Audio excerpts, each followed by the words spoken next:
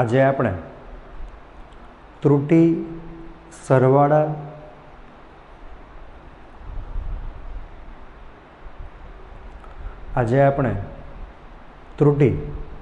સરવાળા બાદબાકી ગુણાકાર ભાગાકાર માં કઈ રીતે આવે છે, કઈ રીતે ઉમેરાય છે, કઈ રીતે એની ગણતરી કરવામાં આવે છે તથા જ્યારે આપણે અવલોકન લઈશું ત્યારે અવલોકનમાં સાર્થક સંખ્યા અને સાર્થક અંકોને ધ્યાનમાં કેવી રીતે લઈશું તથા આપેલા અવલોકનને રાઉન્ડ ઓફ કેવી રીતે કરીશું તેનો અભ્યાસ કરીશું.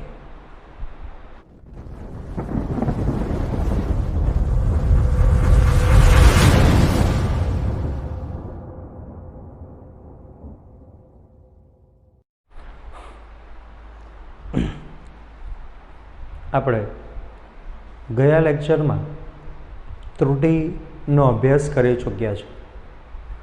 હવે જ્યારે આપણે કોઈ વસ્તુનું અવલોકન લઈશું, કોઈ રાશિનું માપન કરીશું, ત્યારે તે રાશિના માપનમાં કંઈક ને કંઈક ત્રુટિ હોય છે.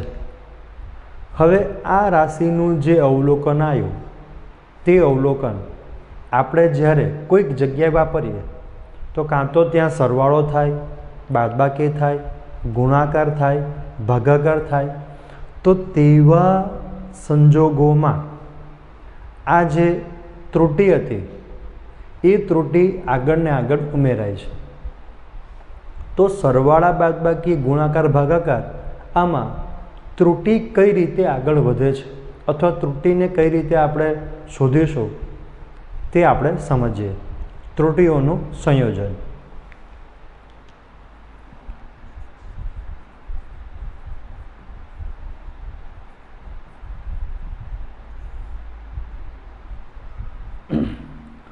ધારી લઈએ કે આપણી પાસે બે ભૌતિક રાશિ છે, એ અને બી. આ ભૌતિક રાશિઓનું મૂલ્ય અને પ્લસ ઓર માઇનસ તેની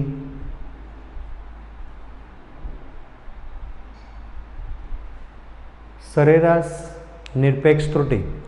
કોઈ પણ ભૌતિક રાશિને તેના સાચું મૂલ્ય એટલે આપણને ખબર જ છે મધ્યક સરાસરી, સાચા મૂલ્ય અને સરેરાશ નિરપેક્ષ ત્રુટિના સંયોજન સ્વરૂપે દર્શાવી શકાય છે. કોઈ પણ રાશિને તેનું સાચું મૂલ્ય અને સરેરાશ નિરપેક્ષ ત્રુટિના સંયોજન સ્વરૂપે દર્શાવી શકાય છે. આ ભૌતિક રાશિના નામ છે, આ તેનું મૂલ્ય છે અને આ તેની સરેરાશ નિરપેક્ષ ત્રુટિ છે. હવે જ્યારે એમના વડે જે પરિણામી રાશિ મળવાની છે ઝેડ, એને પણ આપણે આ પ્રમાણે દર્શાવી શકીએ. તો સૌપ્રથમ બે રાશિનો સરવાળો કરવો છે.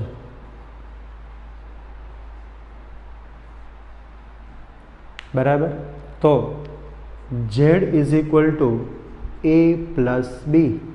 Z is equal to a plus B. તો a is equal to a plus or minus delta a.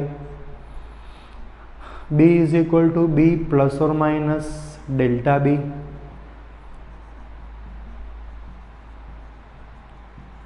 કાઉન્સ છોડીએ. a plus B plus or minus delta A plus or minus delta B અને અહીંયા Z is equal to plus or minus delta Z રાખીએ. હવે A plus B is equal two તો Z જ થાય છે, તો ઝેડ અને ઝેડ બાદ થઈ જાય તો બાકી શું રહેશે? Plus or minus delta Z plus or minus delta A plus delta B. આપણે ત્રુટિમાં મહત્તમ ત્રુટિ લેવાની છે, એટલે અહીં મહત્તમ નિરપેક્ષ ત્રુટિ માટે ऋण निशानी अवगणता तो शू थशे delta Z is equal to delta A plus delta B मळशे। एटले कोई बे भौतिक राशिनो सरवाळो करवाथी मळती परिणामी भौतिक राशिनी सरेराश निरपेक्ष त्रुटि ए बंने भौतिक राशिनी स्वतंत्र निरपेक्ष त्रुटिना सरवाळा जेटली होय छे। हवे ज्यारे बादबाकी करवानी होय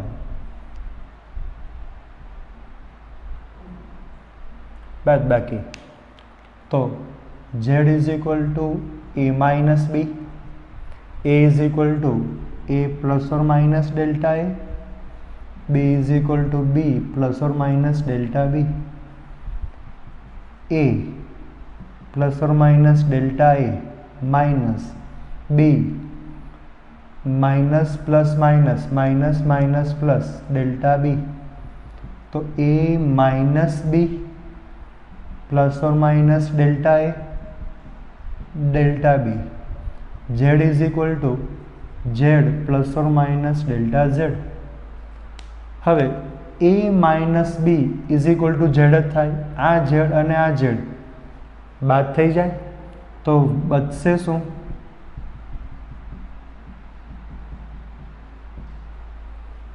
ओके। हवे आपणे शुं लेवुं छे महत्तम निरपेक्ष त्रुटि लेवी छे। हवे महत्तम निरपेक्ष त्रुटि माटे ऋण निशानी अवगणीए तो जवाब शुं मळशे delta Z is equal to delta A plus delta B. आनो मतलब कि सरवाळो होय के बादबाकी होय मळती परिणामी राशि ना सरेराश निरपेक्ष त्रुटि ए स्वतंत्र भौतिक राशिनी सरेराश निरपेक्ष त्रुटिना सरवाळा जेटली होय छे। ओके। हवे गुणाकार करवामां आवे तो z is equal to A गुणिया बी। हवे ए अने बी नी किंमतो मूकीए, ए इज इक्वल टू अने बी इज इक्वल टू सादुरूप आपीए एटले कि काउंस छोड़ीए तो ए गुणिया B plus or minus A गुणिया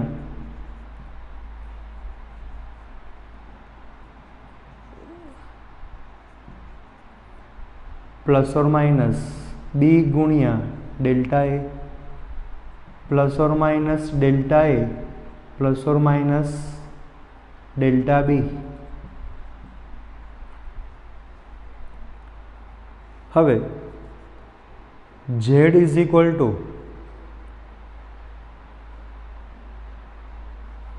z plus or minus delta z A B A delta B B delta A.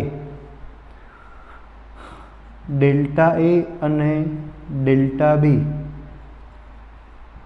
सूक्ष्म छे, सूक्ष्म होय डेल्टा छे एटले अने सूक्ष्म गुणिया सूक्ष्म एटले अति सूक्ष्म थाय। तेथी तेमनो गुणाकार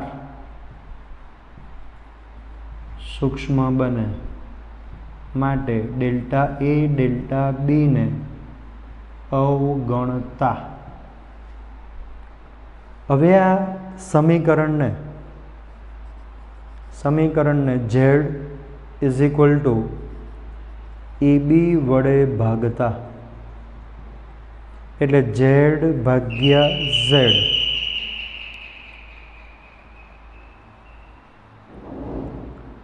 z भाग्या z plus or minus delta z भाग्या z ए बी भाग्या A B plus or minus भाग्या A B plus or minus A B. Z Z उड़ी गया, डेल्टा जेड भाग्या जेड, ए बी उड़ी गया, ए उड़ी जाए, बी बी उड़ी जाए, एक अने एक बाद थई जाए तो plus or minus delta Z भाग्या Z, plus or minus delta A भाग्या A, plus or minus delta B भाग्या B, plus or minus plus or minus plus or minus. आपणे महत्तम सापेक्ष आ जे छे एने सापेक्ष त्रुटि कहेवाय। महत्तम सापेक्ष त्रुटि माटे ऋण निशानी अवगणता डेल्टा जेड भाग्या जेड, डेल्टा ए भाग्या ए, डेल्टा बी भाग्या बी मळे। आम कोई बे भौतिक राशिनो गुणाकार करवाथी मळती परिणामी भौतिक राशि नी सापेक्ष महत्तम सापेक्ष त्रुटि ए बंने भौतिक राशिनी सापेक्ष त्रुटिना सरवाळा जेटली होय छे। हवे भागाकार करिए।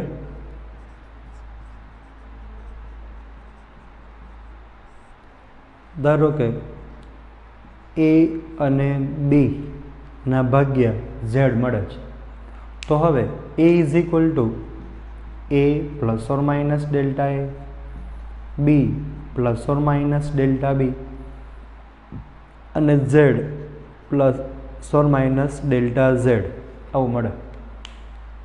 हवे अहींयाथी जेड सामान्य काढीए, અહીંથી ए सामान्य काढीए, અહીંથી बी सामान्य काढीए तो जेड सामान्य काढीए तो 1 प्लस और माइनस आवुं थाय। ए सामान्य काढीए अने बी सामान्य काढीशुं तो आपणने आवुं मळशे। हवे कोई અહીંથી ए अने ए बहार ना काढे, आ डेल्टा ए छे, डेल्टा ए आखो छे, डेल्टा अने एनो गुणाकार नथी એટલે કોઈ પાછું ए अने बी बी सामान्य ना काढे। हवे ए भाग्या B is equal to Z थाय तो ए भाग्या बी अने आ जेड उड़ी जाए तो आवुं लखाशे 1 plus or minus delta Z भाग्या Z, 1 plus or minus delta A भाग्या ए अने भाग्या 1 plus or minus delta B भाग्या बी। छेदने अंश में लखवो होय तो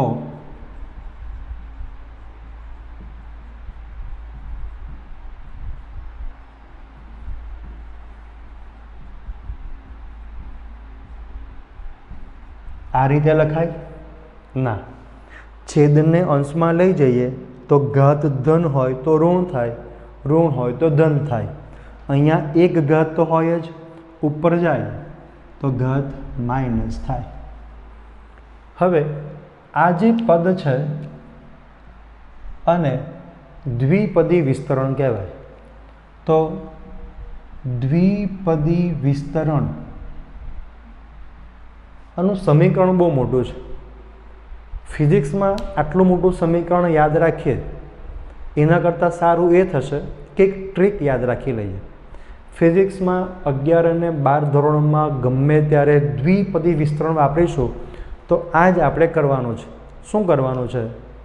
जे घात छे ए घातने आ बीजा पद जोड़े गुणी काढवानुं अने पछी लखी देवानुं वधु घातवाळा पदो अवगणता।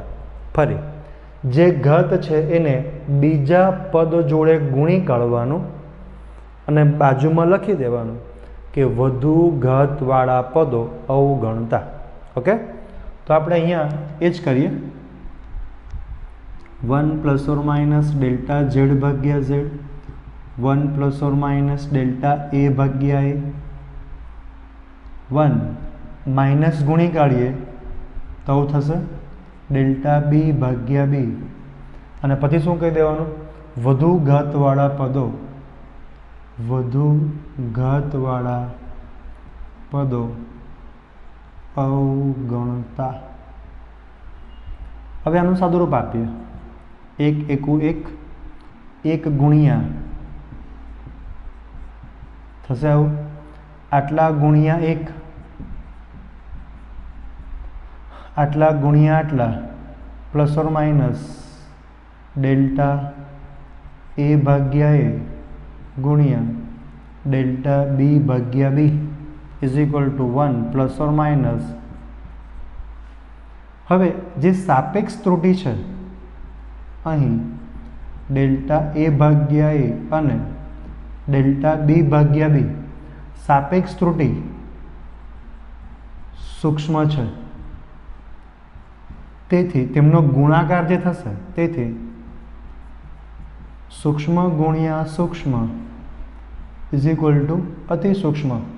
ગુણાકારને આપણે અવગણી શકીએ છીએ. હવે આ 1 અને 1 બાદ થઈ જાય તો શું વધશે? અહીંયા શું વધશે? આને પહેલાં લખું છું અને પછી લખું છું. હવે મહત્તમ સાપેક્ષ ત્રુટિ માટે ઋણ નિશાની અવગણતા ડેલ્ટા ઝેડ ભાગ્યા Z is equal to delta A ભાગ્યા એ પ્લસ ડેલ્ટા બી ભાગ્યા બી મળે, એટલે કે ગુણાકાર જેવું જ મળે. આમ જ્યારે બે ભૌતિક રાશિનો ભાગાકાર થાય છે ત્યારે મળતી પરિણામી ભૌતિક રાશિની મહત્તમ સાપેક્ષ ત્રુટિ એ બંને ભૌતિક રાશિના સાપેક્ષ ત્રુટિના સરવાળા જેટલી હોય છે. તો આ રીતે ત્રુટિનું સંયોજન કરવામાં આવે છે. ઓકે,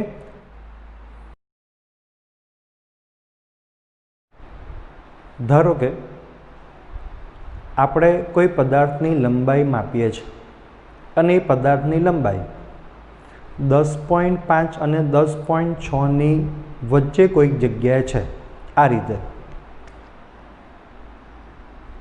આ 10.5 સેન્ટીમીટર છે અને આ 10.6 સેન્ટીમીટર છે અને વચ્ચે કોઈક સ્કેલ નથી અને પદાર્થની જે લંબાઈ છે એ લંબાઈ આટલામાં આવીને પૂરી થાય છે. અહીં પદાર્થ છે તો હવે આ પદાર્થની લંબાઈ 10.5 સેન્ટીમીટર છે એટલું પાકું, 10.6 ના કહી શકીએ. તો 10.5 જે છે એ ચોક્કસ સંખ્યા છે. હવે એક્ઝેક્ટ 10.5 તો છે જ નહીં, એની ઉપર કશુંક છે. તો એ કશુંક જે છે એ આપણે આશરે કહીશું કે ભાઈ અડધે નથી એટલે 1 2 3 આશરે આપણે એક અંક મૂકીશું 3. તો આ જે છે એ અચોક્કસ સંખ્યા છે. એક અચોક્કસ અંક એટલે ચોક્કસ સંખ્યા અને એક અચોક્કસ અંક વડે જે સંખ્યા બની આ સંખ્યાને સાર્થક સંખ્યા કહેવામાં આવે છે. ચોક્કસ સંખ્યા અને એમાં એક અચોક્કસ અંક બે ભેગા કરીને જે સંખ્યા બને તેને સાર્થક સંખ્યા કહેવામાં આવે છે. એટલે ચોક્કસ સંખ્યામાં 1 2 3 અંકો છે અને એક અચોક્કસ અંક. આમ આ જે આયા કુલ અંકો એને સાર્થક અંકો કહેવામાં આવે છે. અહીં સાર્થક અંકો 4 છે, 1 2 3 ને 4. એટલે ચોક્કસ સંખ્યા વત્તા એક અચોક્કસ સંખ્યા વડે જે સંખ્યા બની તેને સાર્થક સંખ્યા કહેવાય. આ સાર્થક સંખ્યામાં જેટલા અંકો આવે તેને સાર્થક અંકો કહેવામાં આવે છે. હવે આ સાર્થક અંકોને ધ્યાનમાં લેવાના અગત્યના મુદ્દાઓ સમજીએ.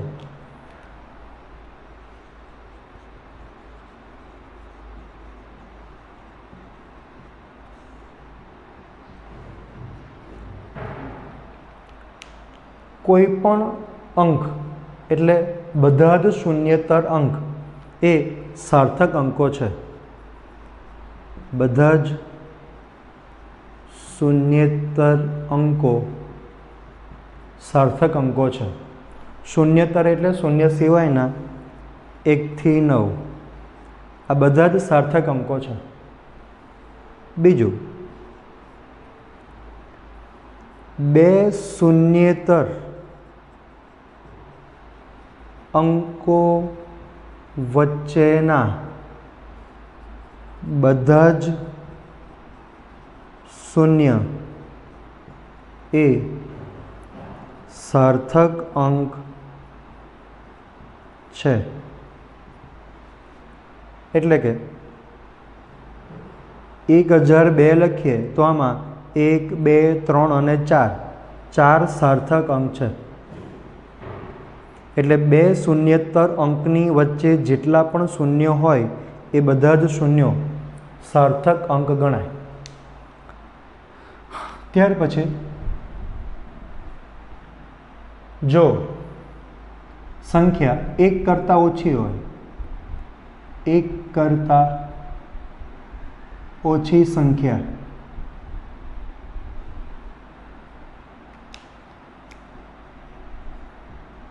(0.0100) તો 1 કરતાં ઓછી થઈ ગઈ. 1 કરતાં ઓછી એટલે દશાંશ ચિહ્ન આવી ગયું.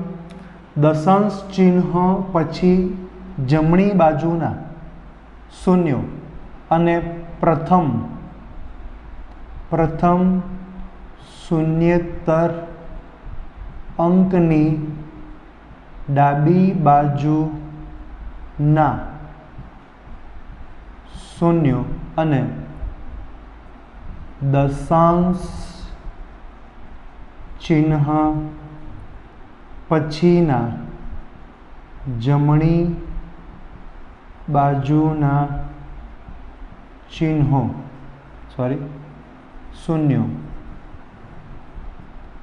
સાર્થક અંક નથી. એટલે આ સાર્થક અંક નથી, આ તો નથી, આ સાર્થક અંક નથી. પરંતુ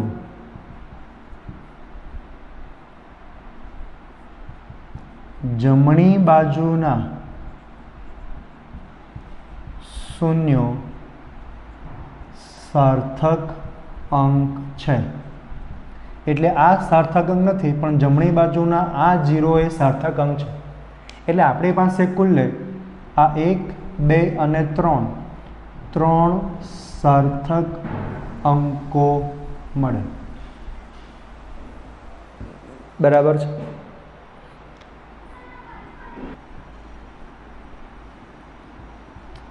એક કરતાં મોટી સંખ્યા પણ દશાંશ ચિહ્નવાળી જ, એટલે આપણે એવું કહી શકીએ કે 1.50.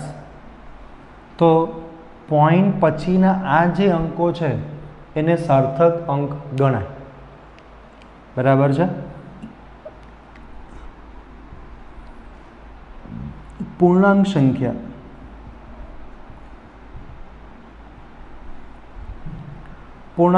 આપણે આ રીતે લખીએ: 1 મીટર, 100 સેન્ટીમીટર, 1000 મિલીમીટર. તો આ પૂર્ણાંક સંખ્યા છે.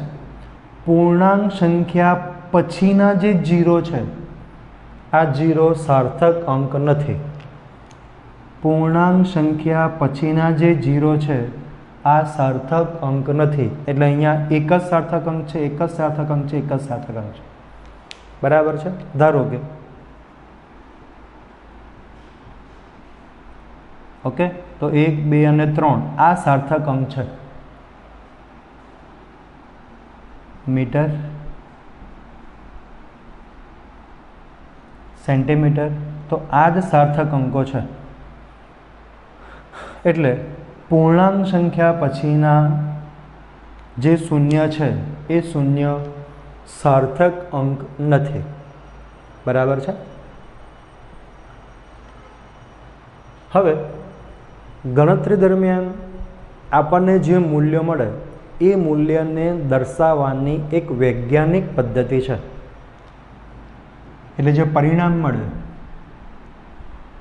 પરિણામ, જવાબ વગેરેને દર્શાવવાની વૈજ્ઞાનિક પદ્ધતિ. જે પણ જવાબ આવે તેને a ગુણ્યા 10⁻² સ્વરૂપે દર્શાવવામાં આવે છે. એટલે ધારો કે આપણો કોઈક જવાબ આ રીતનો આવ્યો,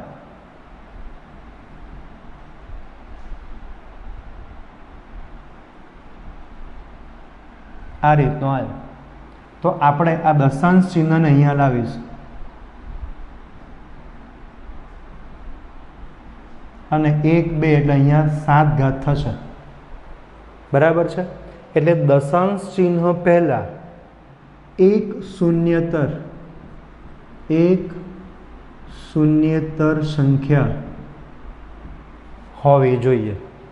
એક એટલે અહીંયા એક નહીં, માનો કે અહીંયા 200 હોત તો આ રીતે જવાબ આવત.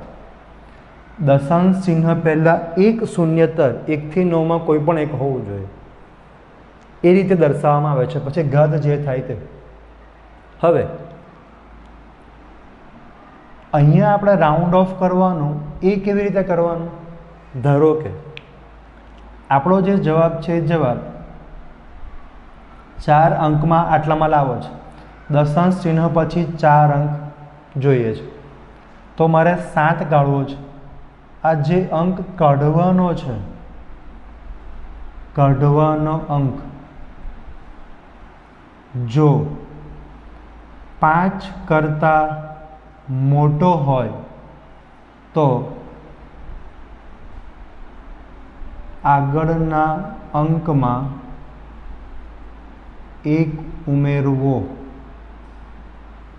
એટલે આ અંક 5 કરતાં મોટો છે તો આગળના અંકમાં 1 ઉમેરીએ તો જવાબ કેવો થાય? 2.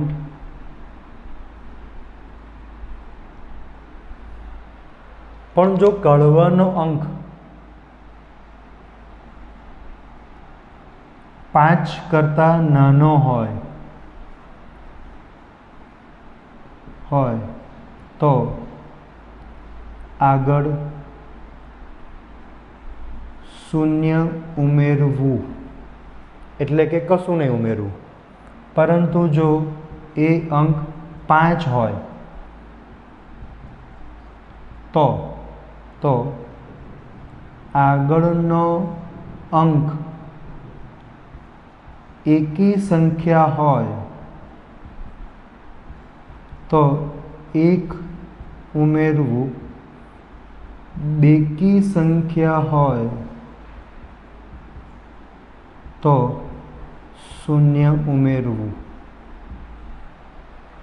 એટલે આપણે આની જ વાત કરી લઈએ. માનો કે આ જે 7 છે એ 7ની જગ્યા પર 5 છે. 5 હવે 5 છે અને મારે અંક કાઢવો છે તો 5ની આગળની સંખ્યા 3 છે. આગળનો અંક એકી સંખ્યા છે, 3 છે, એકી સંખ્યા. તો 1 ઉમેરવું તો જવાબ શું થાય? 2.1324. પણ જો અહીંયા 2 હોત અને અહીંયા 5 હોત તો 2 બગડો એ બેકી સંખ્યા છે એટલે આગળ 1 ઉમેરાશે નહીં. હવે અહીંયા 7ની જગ્યા પર માનો કે 4 છે, 5 કરતાં નાનો છે તો જવાબ 2.1323 જ રહેશે. ઓકે. તો જ્યારે પણ આપણે રાઉન્ડ ઓફ કરવાનું હોય ત્યારે આ નિયમો ધ્યાનમાં લેવાના.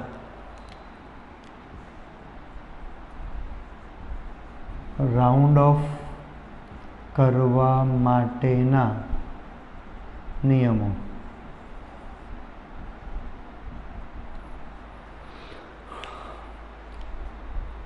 બરાબર છે. તો આ રીતે સાર્થક અંકો જ્યારે પણ આપણે ગણતરી કરીશું તો સાર્થક અંકોને ધ્યાનમાં લેવા પડશે, એને રાઉન્ડ ઓફ કરવા પડશે. તો સરવાળા અને બાદબાકીમાં કઈ રીતે તેનો ઉપયોગ કરવો છે તે હવે જોઈએ.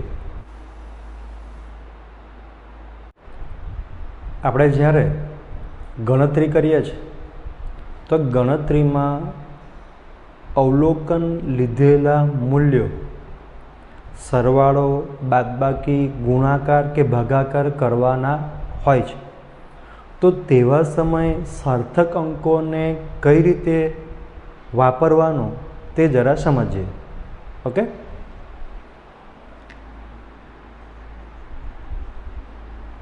સરવાળા અને બાદબાકી માટે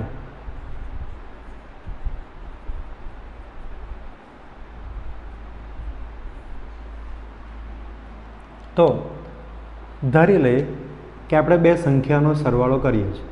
સંખ્યા 13.12 અને 1.1 છે. આ બેનો સરવાળો કરવો છે. તો સરવાળો કરીએ તો જવાબ આટલો આવે. તો સરવાળા કે બાદબાકી, બાદબાકી પણ કરી લઈએ.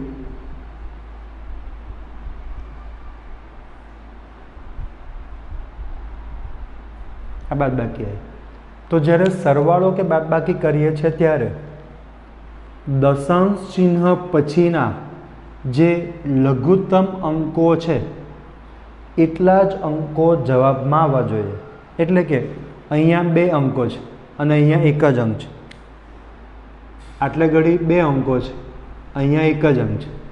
તો જવાબમાં એક જ અંક આવવો જોઈએ. તો જવાબમાં એક જ અંક આવવો જોઈએ. આને કાઢવાનો છે. એટલે આને કાઢવા માટે આપણે રાઉન્ડ ઓફના નિયમનો ઉપયોગ કરીએ. તો આ જે સંખ્યા છે એ 5 કરતાં ઓછી છે એટલે આગળની સંખ્યામાં 0 ઉમેરવાનો, એટલે કે કશું નહીં ઉમેરવાનું. તો આપણો જવાબ શું આવશે? 14.2. એટલે જ્યારે સરવાળો કે બાદબાકી કરીએ છીએ તો જે સંખ્યાનો સરવાળો કે બાદબાકી થાય છે તે સંખ્યામાં દશાંશ ચિહ્ન પછી જે ઓછા અંકો છે એ અંકો જવાબમાં આવવા જોઈએ.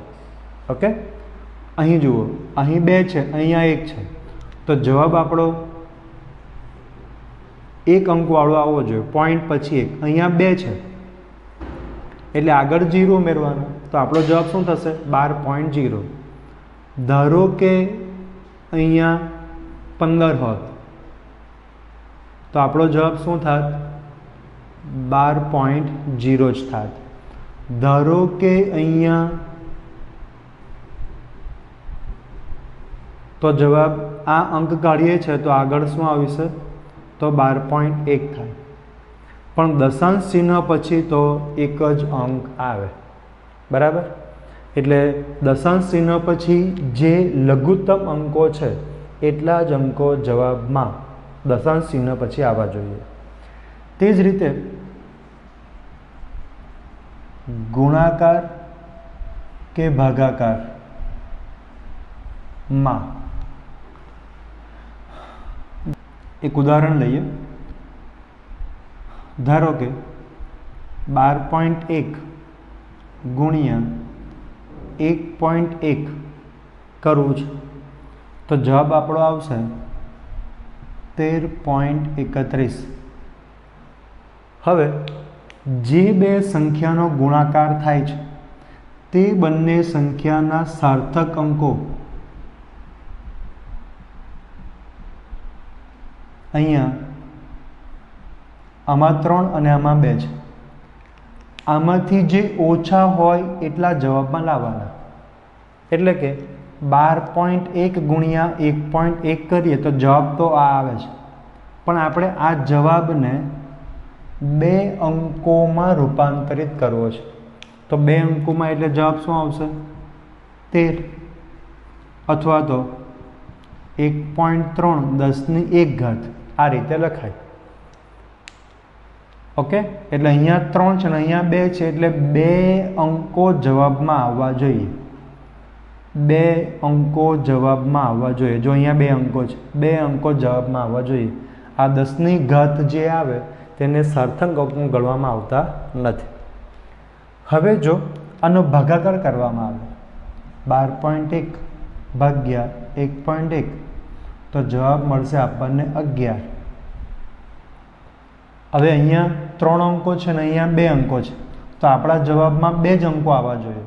એટલે આપણો જે જવાબ છે તે 11 અથવા તો 1.1 10⁻1 આટલો થાય. પણ આવી રીતે ના લખાય, 11.0 આવું ના લખાય, કારણ કે આ તો શું થઈ ગયું, 1 2 અને 3 અંકો થઈ ગયા. બરાબર છે. નાનપણમાં આપણને ગણિતમાં એવું કહેવામાં આવતું હતું, વિષય શિક્ષક આવું કહેતા હતા કે દશાંશ ચિહ્ન પછી જે 0 આવે એ 0નું કોઈ મહત્ત્વ નથી. પણ આપણે અહીંયા દશાંશ ચિહ્ન પછી જો 0 આવે, માનો કે અહીંયા 1.3, અહીંયા જે 0 આવે 1.3, આમાં 2 અંકો છે, એમ કરીએ તો 3 અંકો થાય, એમ કરીએ તો 4 અંકો થાય. બરાબર. એટલે દશાંશ ચિહ્ન પછીના 0 આપણે અહીંયા ગણાય, સાર્થક અંકોમાં એ 0 ગણાય. પણ પહેલાં જો હોય તો વાંધો નથી, 0.0 તો વાંધો નથી, તો અહીંયા 2 જ અંકો આવે. ઓકે. હવે ઘણીવાર ગુણાકાર કે ભાગાકારમાં અચળાંક, અચળ સંખ્યા ગુણાતી હોય છે. જેવી રીતે ક્ષેત્રફળ શોધવું છે તો a = πr². ક્ષેત્રફળ a = πr². પાઈ બરાબર 22/7 અને r². આપણે કોઈક વસ્તુની ત્રિજ્યા માપી શકીએ, એટલે એનું અવલોકન જે મળશે એ અવલોકન દશાંશ ચિહ્ન પછી ધારો કે 2 અંકમાં આવે છે. ધારો કે એની ત્રિજ્યા 1.32 છે. ત્રિજ્યા આપણને 1.32 મળે તો ક્ષેત્રફળ પણ 1.32 એટલે 3 અંકો થયા. ક્ષેત્રફળ પણ 3 સાર્થક અંકમાં લાવવાનું. હવે આ 22 અને 7 એ અચળ સંખ્યા છે, એના સાર્થક અંક ધ્યાનમાં લેવાના નહીં. કોઈ એવું કહે કે 3.14 અને r². હવે માનો કે ત્રિજ્યા 1.2 આવી, તો ત્રિજ્યાના 2 અંકો, ત્રિજ્યાના કેટલા સાર્થક અંક થયા? 2. તો ક્ષેત્રફળમાં પણ 2 જ સાર્થક અંકમાં જવાબ લાવવાનો. 3.14ના જે 3 અંકો તમને લાગે છે તે અંકો ધ્યાનમાં લેવાના નહીં. અચળ સંખ્યાના સાર્થક અંકો અનંત હોય છે, આથી અચળ સંખ્યાના સાર્થક અંકો ગણતરીમાં ધ્યાનમાં લેવામાં આવતા નથી. ઓકે. તો આટલા સાર્થક અંકોના નિયમ છે.